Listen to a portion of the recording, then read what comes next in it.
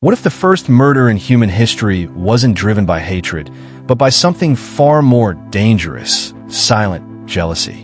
What if the greatest betrayal didn't come from an enemy, but from a brother you trusted with your life? Stay with me, because this story will shake you to your core.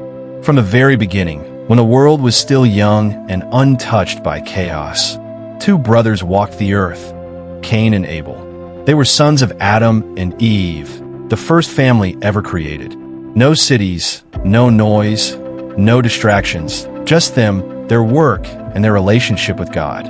But hidden beneath that quiet life, something dark was slowly growing. Cain was a farmer, strong and hardworking, breaking the ground daily with sweat and determination. Abel was a shepherd, calm and devoted, guiding his flock with care and patience. Two brothers, two different paths, yet both seeking to please God in their own way. Then came the moment that changed everything.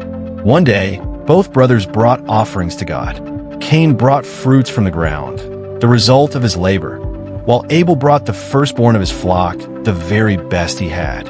On the surface, both offerings seemed worthy, but something unseen made all the difference. God accepted Abel's offering, but rejected Cain's. That single moment planted a dangerous seed in Cain's heart. His face fell, his spirit darkened, and jealousy quietly took hold. It wasn't loud or obvious. It was silent, deep, and deadly. Yet God did not abandon Cain. Instead, he warned him, saying, "Why are you angry? If you do what is right, will you not be accepted? But if you do not, sin is crouching at your door. It desires to have you, but you must rule over it." Cain had a choice, a clear warning, a chance to turn things around. But instead of mastering his anger, he allowed it to grow. He fed it, he entertained it, and that decision led him down a path he could never return from. One day, Cain said to his brother, "Let's go out to the field." There was nothing suspicious in those words. Abel trusted him. Why wouldn't he? They were brothers. But that field would soon become the scene of the first murder in human history. Away from everyone, hidden from sight, Cain attacked Abel. No witnesses, no second chances, just betrayal.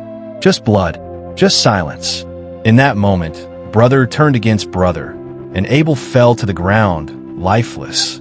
Innocence died with him. For a brief moment, it may have seemed like Cain got away with it. But then God spoke again, asking, "Where is your brother Abel?" And Cain replied with chilling words, "I don't know. Am I my brother's keeper?" Those words revealed everything, the denial, the guilt, the hardened heart. But God already knew the truth.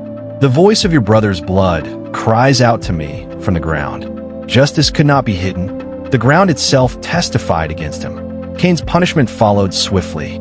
The land he once worked would no longer yield its strength to him. He would become a restless wanderer, marked and separated, carrying the weight of his actions for the rest of his life. Yet even in judgment, there was mercy. God placed a mark on Cain, not just as a sign of his wrongdoing, but as protection so that no one would kill him. The first murderer still received mercy, a reminder that even in the darkest moments, grace can still be found. But this story is not just about Cain and Abel. It is about us.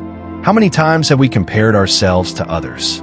How often have we felt overlooked, unappreciated, or rejected? How many times has jealousy whispered, "Why them and not you?" The same emotion that destroyed Cain still exists today.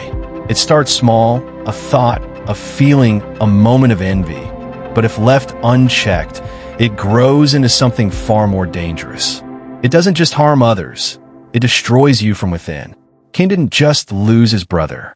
He lost his peace, his purpose, and his place. All because he couldn't control what was happening inside him. And here's the question that lingers. What if Cain had made a different choice? What if he had listened to God? What if he had mastered his anger instead of letting it master him? History would have been different. But he didn't, and his story now stands as a warning for all of us. So now the question turns to you. What are you doing with your emotions? Are you controlling them, or are they controlling you? Because just like Cain, you always have a choice. That choice can lead to life or destruction. If this story made you think, if it touched something deep inside you, don't just scroll past. Hit that subscribe button right now because on this channel we don't just tell stories. We reveal truths that can change your life. And trust me, the next story will be even more powerful. Stay tuned.